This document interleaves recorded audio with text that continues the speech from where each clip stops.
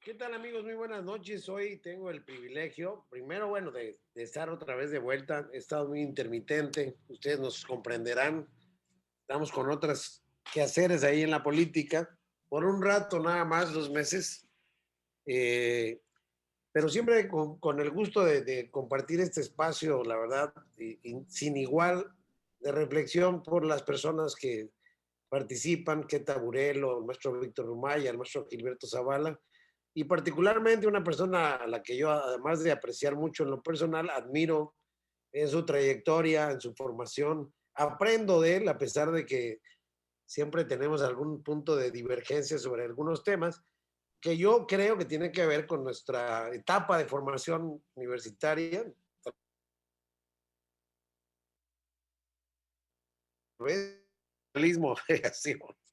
y el maestro es un poco más setentero en la época del 68 para nuestros días. Yo creo que esa formación de alguna manera incide en la manera de ver nuestra actual realidad política. Pero bueno, siempre con un nivel de debate no solamente respetuoso, efectivo, y bueno, y que hace interesante que haya puntos de vista encontrados. ¿Cómo estás, maestro Ricardo? Hola, ¿cómo estás? Mucho gusto en acompañarte y también gusto en saludar a nuestros amigas y amigos que nos ven en este programa de Contextos. Bueno, que seguramente algún día será material de consulta para ver cómo pensábamos en estos tiempos. Pues, hay varios temas en la agenda política, ineludiblemente, pues el presidente, siempre el presidente con las mañaneras acapara el espectro y es parte inevitable siempre porque pues es el presidente. En lo local, por supuesto, también llama la atención la noticia que dio el INE ayer de cancelar el registro de Salgado Macedonio, y parece que no solo de él, de un número importante de candidatos por una nueva normatividad en materia de información que deben de preverlos o proveer al INE. Ahorita que yo estoy pues, a punto de entrar a la contienda, maestro, déjeme decirle que está de cuento chino, complicadísimo. Tiene uno que mandar la agenda, decir con qué personas se va a reunir, qué gastos va a implicar, si va usted a pagar un café, un desayuno, si le van a invitar a usted el desayuno a las otras personas, tiene que firmar un documento donde dice que fue que es una donación. O sea, yo no sé de dónde, tal vez por la injerencia en otras épocas en elecciones de empresas privadas, pues pusieron una sobreregulación y yo creo que esa sobreregulación pues ahorita está afectando. Acabo de leer ahorita que Macedonio pues está molesto, obviamente. Ya había sorteado lo más difícil, que era el tema de la campaña, bueno, de la crítica por el tema de las acusaciones que enfrentaba y que le sacó, si no me equivoco, su propio partido, lo que me refiero al hermano de Irma Heréndira Sandoval, que quería ser candidato, cuñado de John Ackerman, y según lo que averigüé, John Ackerman, el académico activista, fue el que soltó este tema de que existían estas averiguaciones o estas denuncias, ¿no? Que obviamente, aunque no son cosas juzgadas, pues son un tema que siempre es muy sensible, y ya había sorteado eso y ahora les resulta que salen con esto. El presidente está molesto, casi casi está diciendo que el INE está al servicio de los conservadores, y es preocupante, maestro, porque ya va a empezar la campaña, ¿no? Es como estar calentando en los vestidores y que entrevisten a uno de los jugadores, al delantero o al entrenador de uno de los equipos y diga, bueno, pues fíjense que el árbitro está vendido, ¿no? Va a pitar a favor de nuestros adversarios, y pues previo al proceso electoral me parece que enrarece un poco el clima, pero no sé cuál sea su punto de vista, maestro, al respecto. Pues yo creo que, bueno, la buena noticia es de que finalmente, al parecer, sale Salgado Macedonio, que había sido muy cuestionado, ¿verdad? Desde el punto de vista positivo, con esto se lo quitan a Morena de enfrente. Es una forma en que lo pueden quitar sin que esto lastime la relación que pudiera haber entre él y López Obrador. Pero por el otro lado es cuestionable, o sea, porque esta normatividad que que señala el Instituto Electoral para nulificar las candidaturas porque no hicieron el registro oportuno de su agenda y de sus gastos, pues casi fue una medida así de que tal vez se hubiera solucionado con una multa, porque hay ocasiones en que a los partidos se les encuentran situaciones irregulares más graves, ¿no? Y no se llega a la acción tan drástica de nulificar la candidatura. Aquí no lo veo tanto por Salgado Macedonio, por eso lo aclaré desde un principio, ¿no? Veo un poquito, son las acciones, como dicen, no hagas cosas buenas que parezcan malas. Entonces el hecho de hacer este movimiento ya enfiló todo mundo hacia las campañas electorales, sí deja tufo de desconfianza, ¿no? El famoso sospechosismo en palabras de los políticos mexicanos. Y bueno, también creo que esto de por sí cuestionado el INE, ¿no? así es. Y por otro lado también Sacó nos la da tarjeta pauta, roja antes de empezar el partido, ¿no? sí, y nos da pauta un poquito para analizar más a fondo la conformación del INE, porque eh, sí se ha convertido en un organismo muy caro y tenemos campañas políticas de más, no solamente reguladas, sino como tú y ojalá nos amplíes esta información porque es muy interesante y solamente quien está dentro la conoce bien, se ha burocratizado. Entonces, sucede como cuando viene un empresario, y eso es una herencia de la época colonial, que a los mexicanos, como nos encanta, aquí muy al estilo chiapaneco, que dicen, son personas llenas de leyes, ¿no?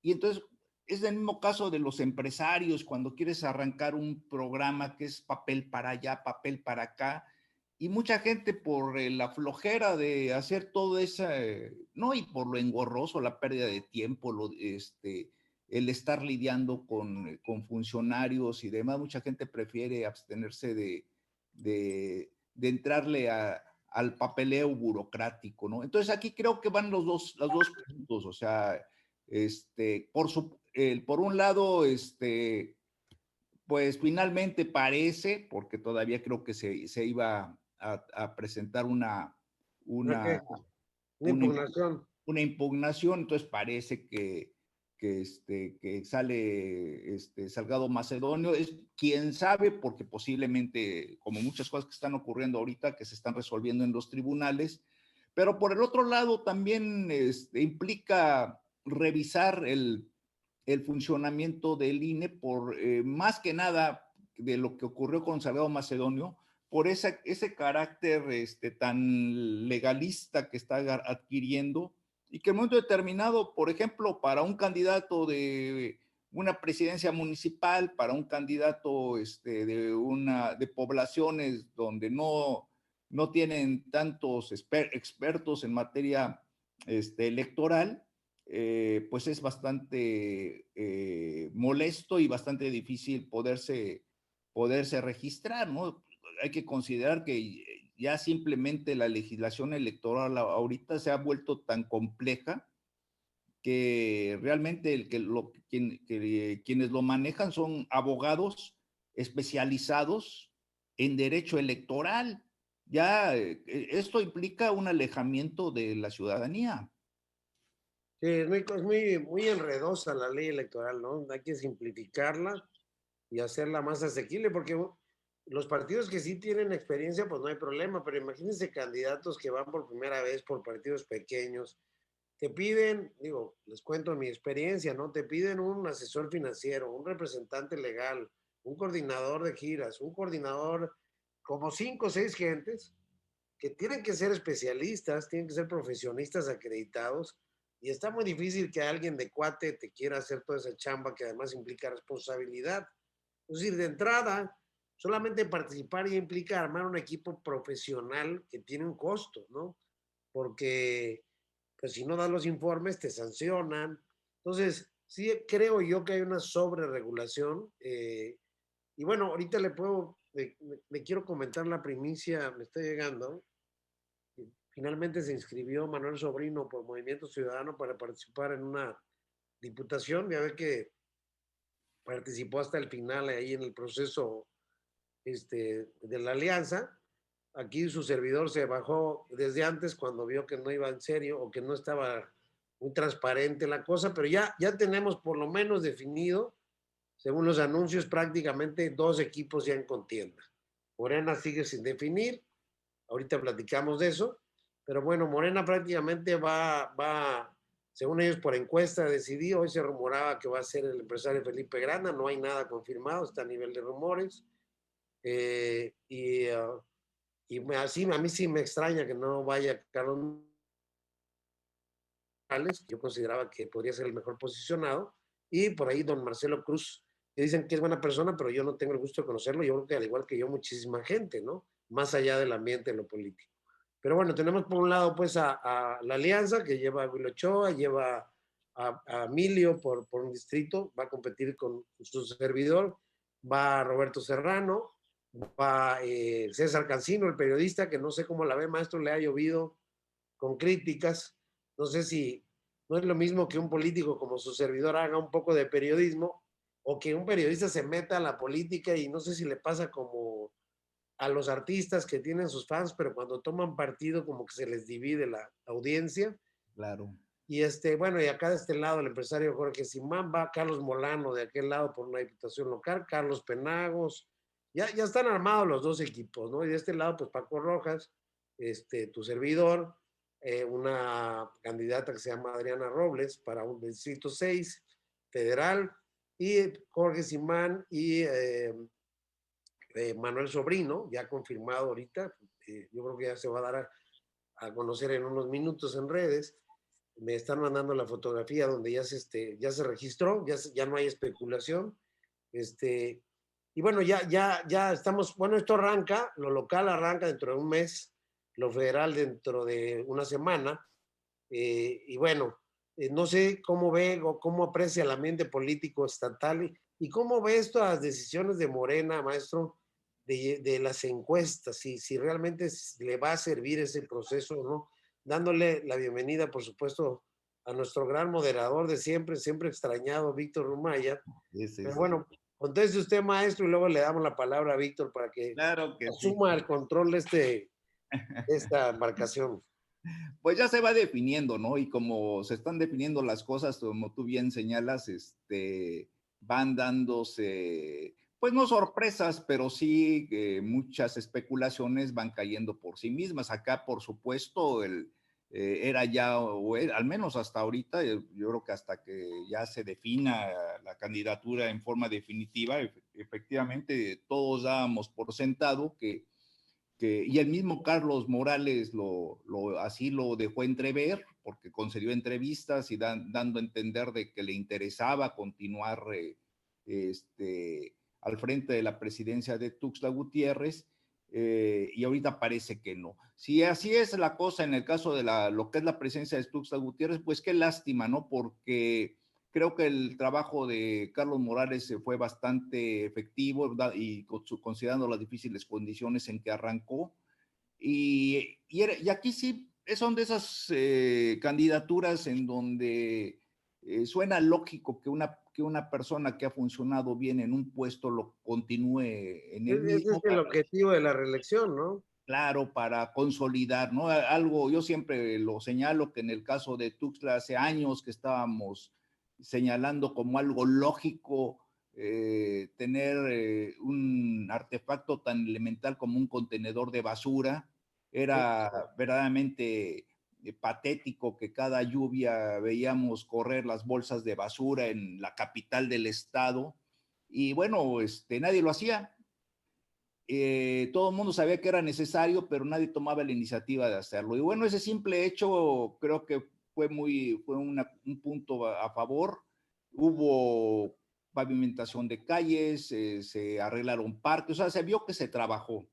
Y sobre todo, tengo entendido que hubo saneamiento de las finanzas del municipio, ¿verdad?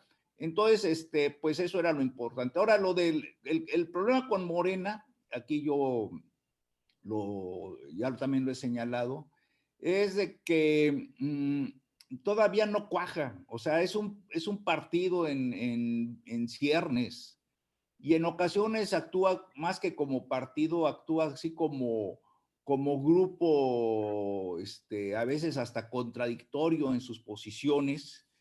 Y ojalá, bueno, todo indica que si va a seguir en esa línea, pues se va a desgastar muy rápido, ¿no? La prueba de fuego definitivamente la va a tener en esta próxima elección, donde, pues, quién sabe si logre mantener la mayoría.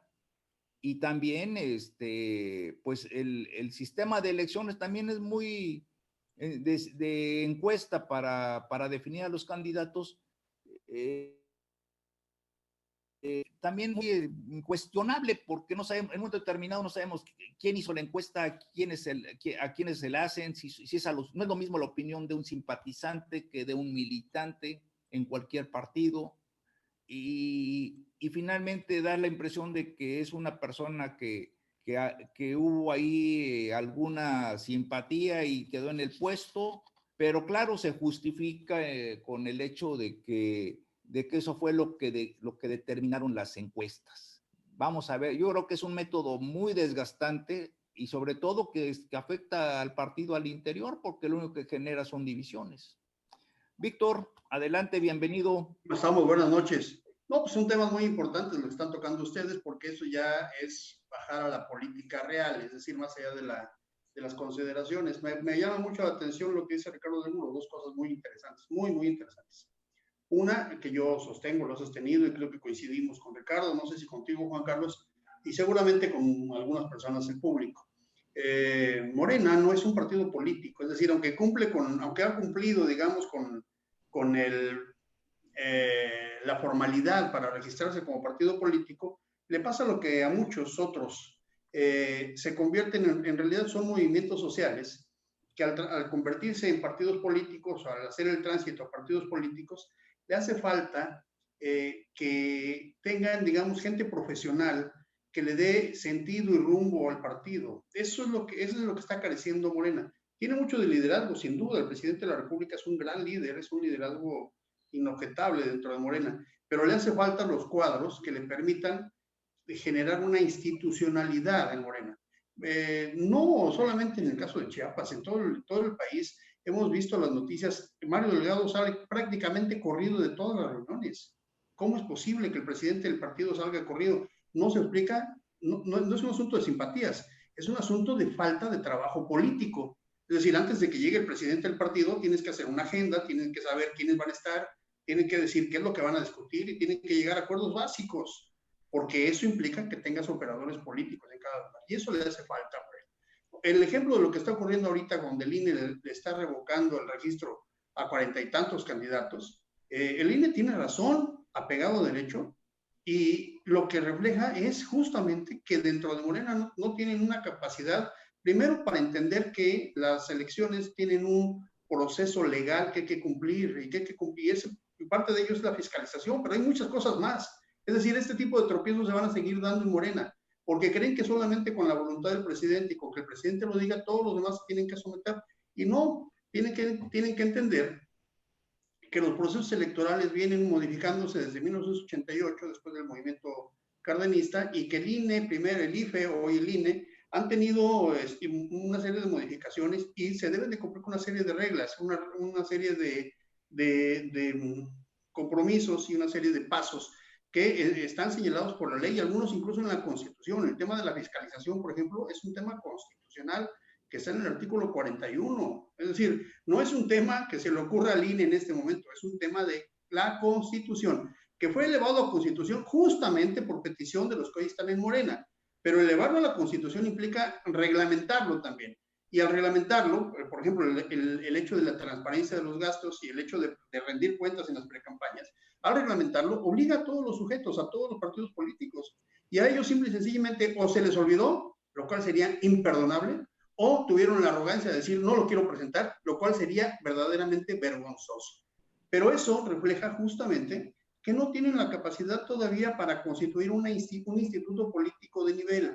Eso es lo que está pasando. Eso no ocurre en partidos muchísimo más formados como, por supuesto, el PRI, el PAN, el PRD, Convergencia, etcétera. Bueno, hoy como Movimiento Ciudadano.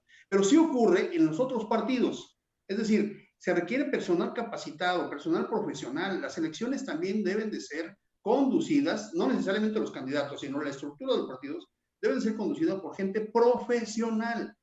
El desapego al profesionalismo en nuestro país nos cuesta mucho, de verdad, nos cuesta mucho y nos hace generar un gran atraso. Muy pocas personas le dan valor a esto, pero déjenme decirles, por ejemplo, yo siempre pongo este ejemplo. Yo soy administrador público, soy politólogo y soy abogado, y me interesa mucho que la administración pública se profesionalice. Eso ha sido una de las cosas que yo siempre he estado insistiendo. ¿Por qué? Porque a los administradores públicos nos pasa como en el caso de los arquitectos con los albañiles. Por supuesto que hay buenos albañiles y hay buenos maestros de obra, pero vean ustedes las ciudades cómo se construyen. Vean cómo se construyen. Esto de construir o la autoconstrucción a veces sale más caro, no solamente para la gente que lo está haciendo, no solamente para las personas que están construyendo su casa, sino para la ciudad. Vean todas las inundaciones que se provocan, vean las calles cómo quedan, vean la imagen urbana. Bueno, es importante que haya arquitectos. Oye, ¿es caro contratar un arquitecto? Necesitamos buscar mecanismos de subsidios para que profesionales hagan las ciudades. Bueno, eso en donde los no profesionales, y pongo el ejemplo de la construcción porque es muy gráfico, es decir, es una imagen muy fácil de entender. Pero eso ocurre mucho en la administración pública y en la política. Se mete gente que no sabe. ¿Quiénes quieren ser diputados hoy? Lo dijo una vez una candidata que llegó a ser diputada de Morena. Me metí a esto porque no tenía trabajo y tenía que buscar algo de qué sobrevivir y terminé siendo diputada. Entonces, eso es inadmisible. En un país donde las elecciones son verdaderamente caras, lo que es el presidente de la República tiene razón, somos de los países donde las elecciones son más caras del mundo. Y lo que tenemos como resultado después de que pagamos tan caro la democracia son diputados, digo con mucho respeto, digo, pero de verdad, de muy bajo nivel, funcionarios en los partidos políticos que no son de gratis, les pagamos a todos los funcionarios en los partidos políticos, les pagamos. Y esos funcionarios no cumplen con sus actividades y no presentan los gastos, en el caso de Morena, por favor, y generan conflictos que además distorsionan el proceso electoral. Por favor, eso no debe ser así, debe haber gente profesional. Y es lo que esperamos. Y regresando al otro tema, perdón, estoy monopolizando mucho la palabra, pero regresando al otro tema que mencionaba Juan Carlos, el tema de los candidatos ya aquí en la capital, pues yo lo que esperaría, con todo respeto, más allá de los partidos políticos, no estoy afiliado a ningún partido político y por eso puedo hablar con esta libertad. Yo lo que esperaría es que los partidos políticos tengan mejores procesos de selección. De verdad, si ustedes se ponen a revisar cada uno de los candidatos, dan vergüenza. Con todo respeto, de verdad, no tengo nada contra nadie, pero vean ustedes los antecedentes. Eso es lo único que le podemos ofrecer a la ciudadanía. Es lamentable, lamentable. Y aquí en Tuxtla nos conocemos, o sea, no es de un ratito, nos conocemos de toda la vida y hay antecedentes. Y como dicen, tu historia te precede. O sea, ¿cómo es posible que gente que ha hecho, desmanes con la ciudad, que ha abusado, que están acusados de muchas cosas, quieran volver a ser candidatos, quieran volver a estar en la boleta? Los ciudadanos estamos verdaderamente en condición de indefensión ante estas circunstancias. Y eso es lo que ocurre. Es un reality show la política. Y eso es lo que ocurre en toda la política. Exactamente. Ahora, Juan Carlos mencionaba una cosa, y tú, Ricardo, lo reforzabas. Si creíamos que Morena, con todo este esquema de iniciar las campañas con una ventaja indudable, iba a terminar así. No, quien crea eso, y los analistas que yo he visto y he escuchado que crean eso y que lo den por sentado, es no entender la filosofía política. Hay algo muy claro: la política nunca es estática, todo cambia, siempre está cambiando. Y por supuesto que va a cambiar. ¿Qué es lo que queda? ¿Qué es lo que queda en el análisis? Analizar la tendencia del cambio, no analizar la tendencia de lo que no cambia, sino lo que sí está cambiando. Yo sí creo, de verdad, y lo escribí hace unos días, sí creo que Morena no va a tener la mayoría de los triunfos en las gubernaturas. Tampoco creo, de verdad lo digo, y no porque por simpatías, lo creo justamente por esas fallas de su equipo profesional que no está a la altura del liderazgo histórico que ha tenido Andrés Manuel, indudablemente con simpatías o no, el liderazgo histórico que él ha tenido en este cambio, su estructura corporativa, su estructura, su burocracia partidista está en los suelos, de verdad. Y terminan por no estar a la altura de este reto histórico. Y sí creo que Morena va a perder la mayoría en el Congreso, por supuesto. Incluso en estados donde gobierna Morena va a perder muchas diputaciones, porque hay mucha gente que está cansada. Ven ustedes la última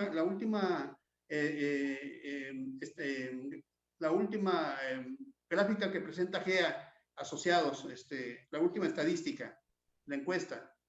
El presidente tiene ahorita menos del 50% de preferencias. Inició con 80, empezó el año con 58, hoy tiene 48%. Y hay un 62% de personas que rechazan lo que está ocurriendo con la administración pública.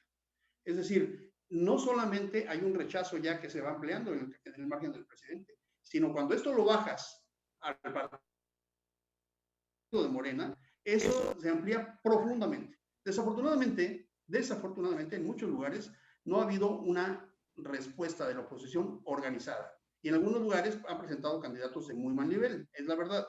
Pero en otros lugares, los liderazgos que están emergiendo van a dar verdaderas sorpresas y a mí me parece que eso es lo que va a hacer que Morena pierda la mayoría en el Congreso. Lo presagio desde ahora y por supuesto asumo las consecuencias en caso de que...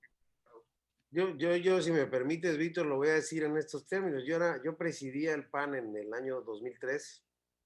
Había ganado Fox contundentemente las elecciones del 2000, con un fenómeno de hartazgo un poco parecido, no tanto como este, obviamente, pero pues no se pensaba, el PRI era invencible. Entonces, y la expectativa que se genera, yo me reunía cada mes con los dirigentes estatales de todo el país y yo los veía con un sobrado optimismo, subestimando la crítica sobre Marta Sagún y sus hijos, sobre las famosas toallas allá de la embajada no sé dónde, sobre las pifias de Fox. Yo les decía que mi percepción personal, el ejercicio del poder nos estaba desgastando, le sacó el priista que muchos llevaban dentro al PAN, ¿no? Y no creían que íbamos a tener un revés. Y luego ya cuando pasaron las elecciones y vimos los resultados, nos volvimos a reunir y resultó que pues, no vimos ni las placas del tráiler que nos había arrollado, ¿no?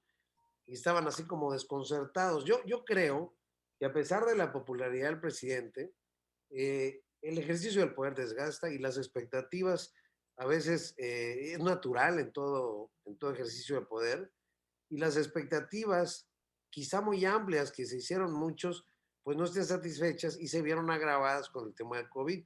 Es decir, yo no sé si le haya caído realmente como anillo al dedo al COVID al presidente o como un flagelo que echó por tierra, digamos, proyectos que en una economía más sana le hubieran permitido un margen de maniobra más amplio al presidente, y lo que tenemos es una alerta roja con las finanzas públicas en riesgo porque disminuyeron los ingresos, porque la actividad económica pues está en el menos 8.5%. Entonces, fuera el gobierno que fuera, olvídense de López Obrador y de Morena, a cualquier gobierno que le hubiera tocado como está pasando en varias partes del mundo, salvo casos excepcionales, pues agrava el desgaste.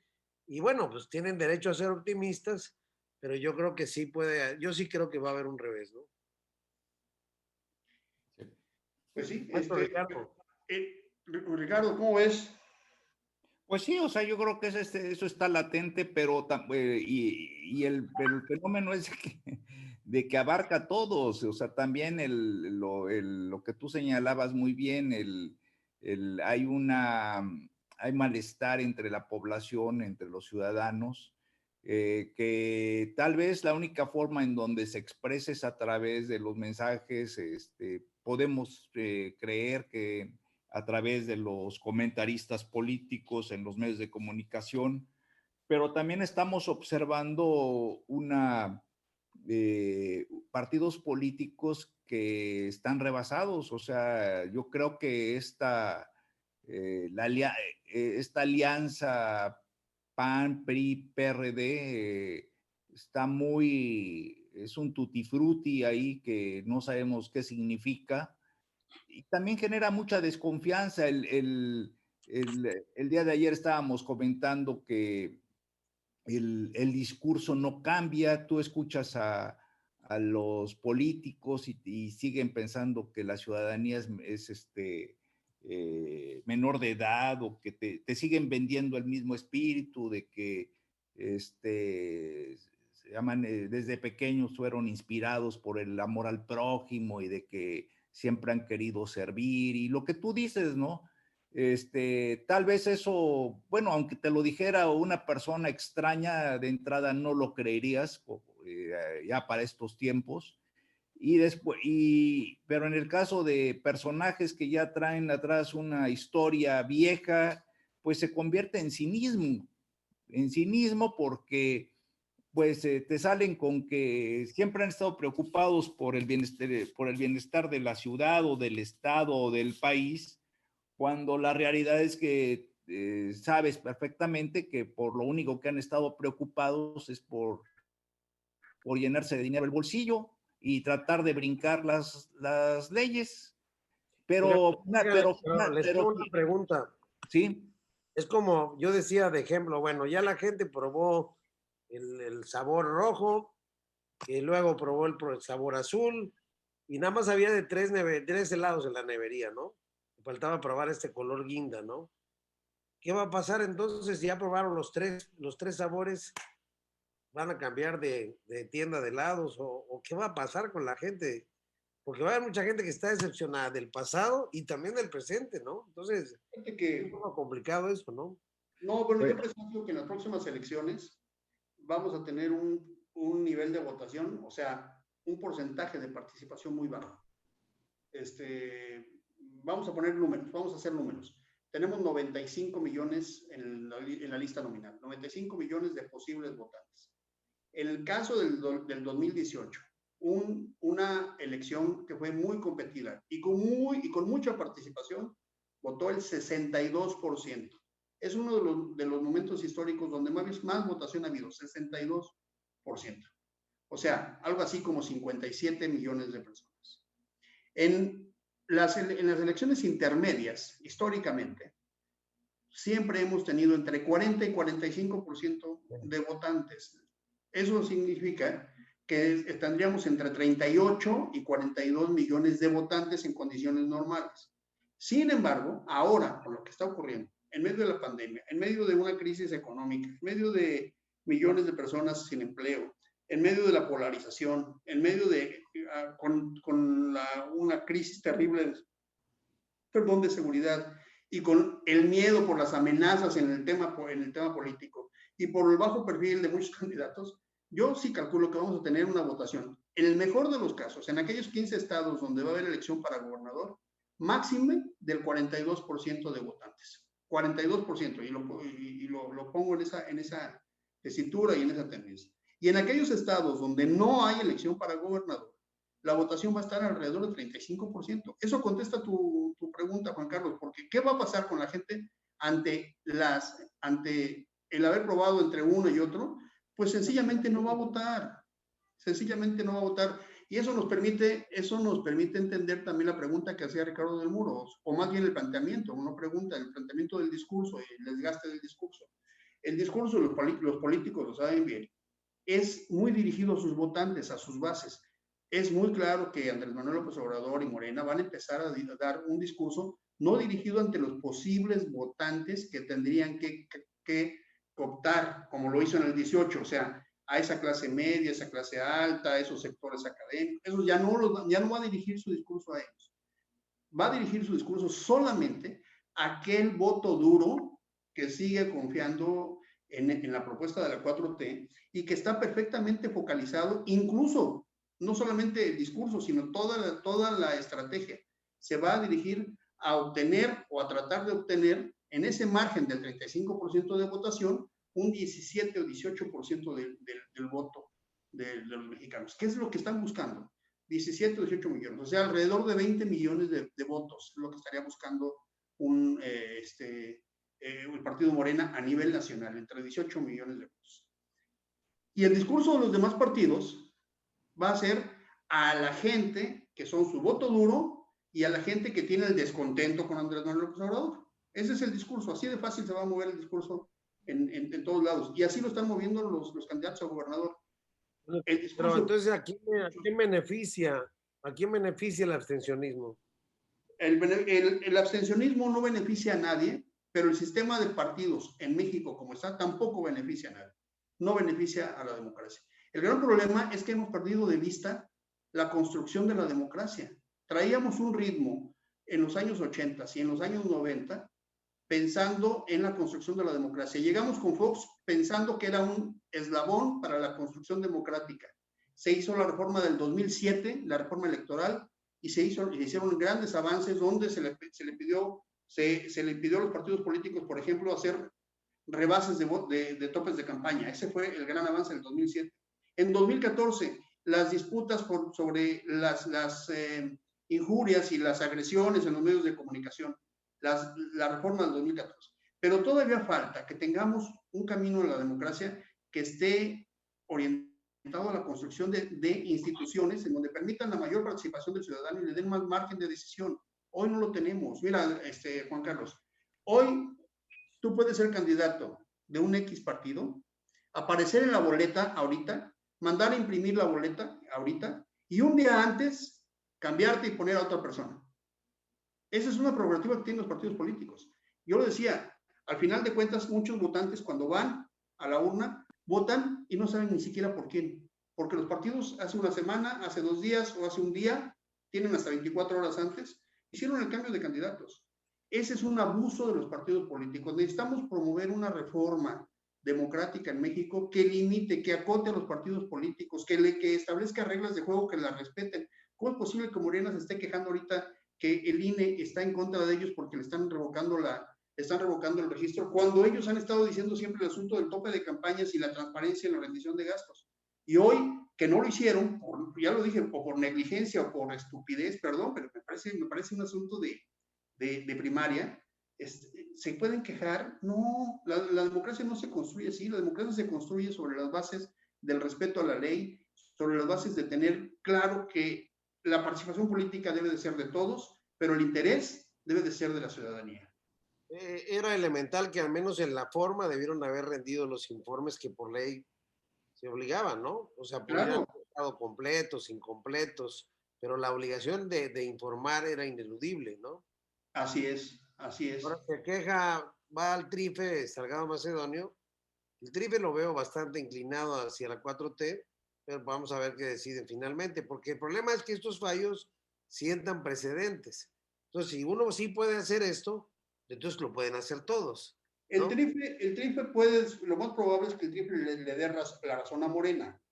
Es lo más probable, ¿eh? O sea, de una vez yo lo anticipo, porque el trife lo que va a tener, lo que va a revisar es la constitucionalidad, y en la constitucionalidad del principio básico es revisar el principio de los derechos humanos. Y entonces tienes Sí, el derecho pues, humano de participación política por un lado, y tienes el sí. otro derecho humano de Sí, rendición de cuentas. yo ya los he visto razonar acá al Trife local, por ejemplo, en una decisión donde hizo prevalecer la supervivencia de los derechos políticos por encima de estas minucias, digamos, ¿no? Exactamente. O sea, ese va a ser el criterio, porque es muy predecible que el trife ordene que sí se le dé el registro a ellos. El problema es que eso nos regresa aproximadamente, no sé, 14 años en la democracia, cuando era el tema de la rendición de cuentas, que fue un problema tan grave justamente en una de las elecciones de Andrés Manuel López Obrador.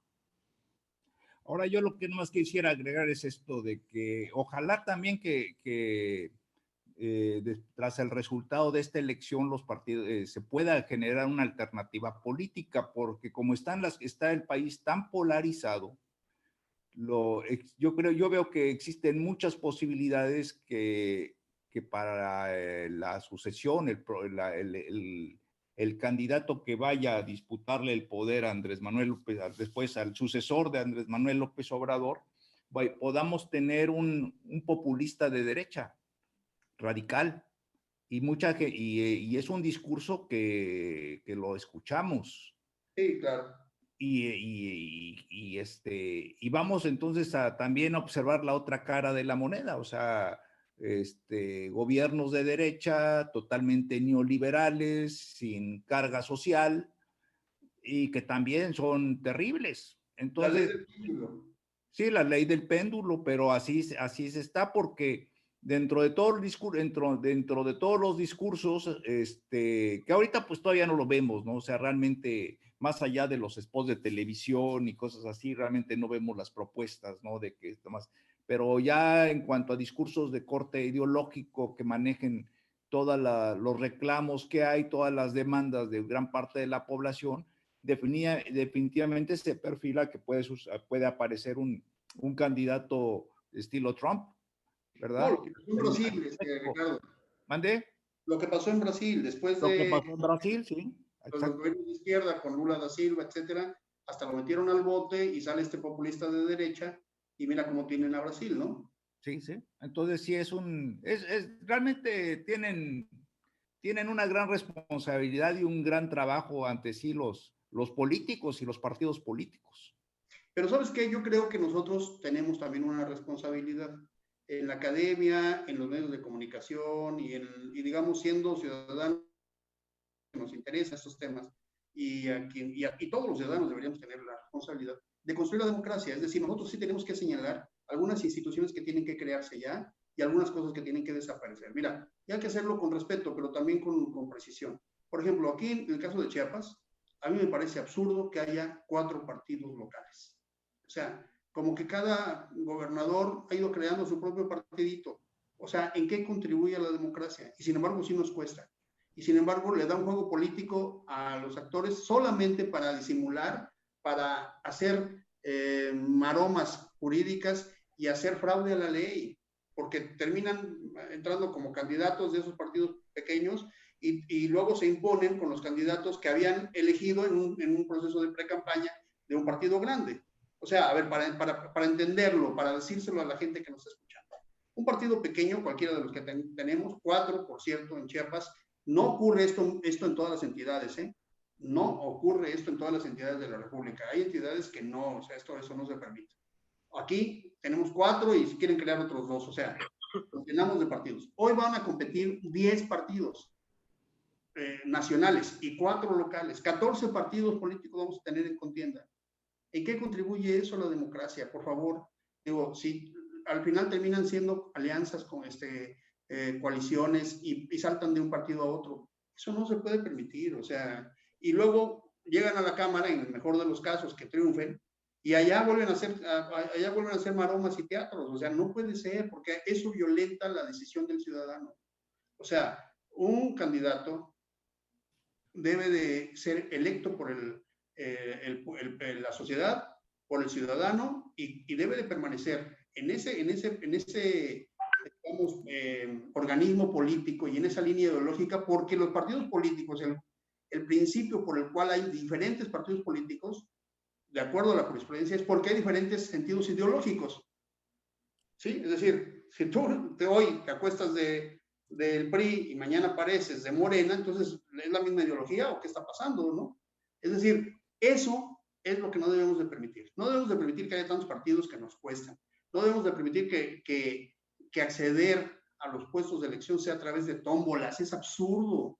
Es una rifa en la cual, por supuesto, todos tienen el derecho, pero no todos tienen las capacidades. O sea, hay que decirlo, nuestra sociedad está así. Son capacidades. Si tú, o bueno, no sé si tú o alguno de ustedes tiene la capacidad de ir a sembrar maíz al campo, yo lo felicito, pero la verdad eso implica experiencia, capacidad, implica conocimiento, implica muchas cosas y es muy respetable. Esa persona que lo está haciendo allá, el campesino, lleva generaciones, lleva tiempo y él mismo ha aprendido. Eso no cualquiera lo puede hacer, como tampoco cualquiera puede hacer o debería de estar metido a hacer, por ejemplo, una representación en una diputación local o federal. Porque por eso tenemos este tipo de leyes y por eso tenemos este tipo de ejercicios públicos, porque cualquiera se mete sin tener la capacidad. ¿Quieres ser político? ¿Quieres ser administrador público? Estudia, prepárate, con mucho gusto, por supuesto que sí, pero no puedes tratar de representar al pueblo con las incapacidades. De verdad, el gran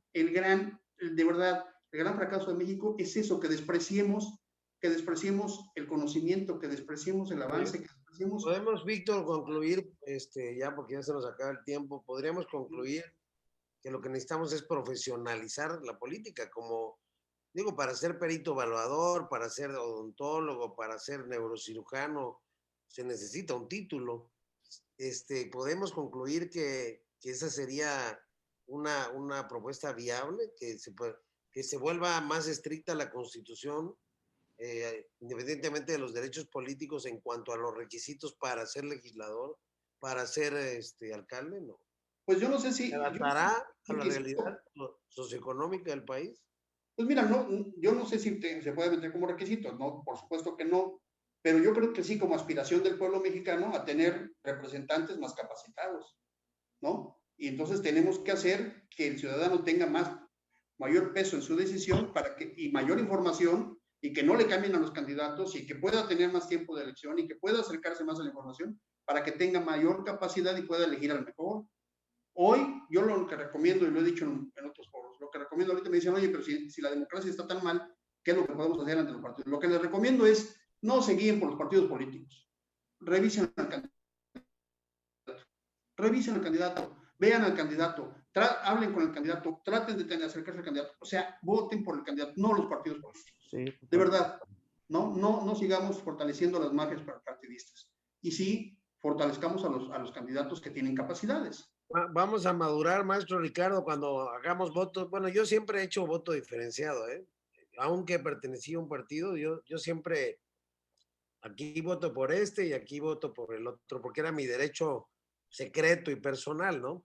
Pero yo creo que por ahí debería ir la cosa, como dices, Víctor, ¿no? Sí, así es.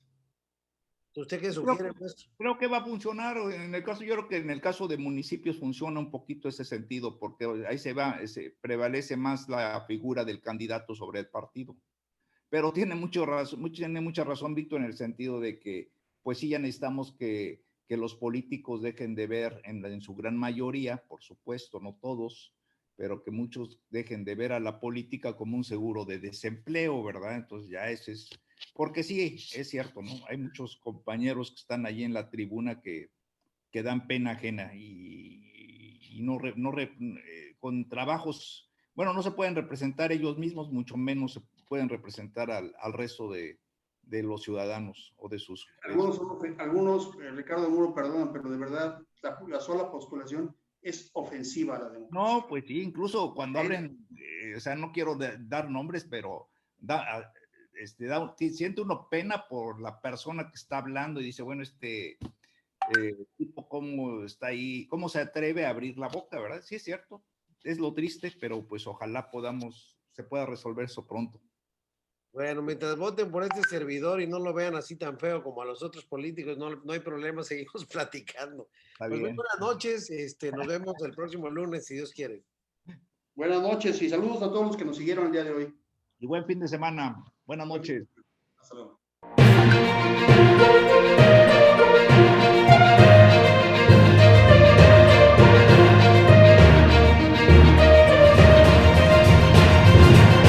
Contextos.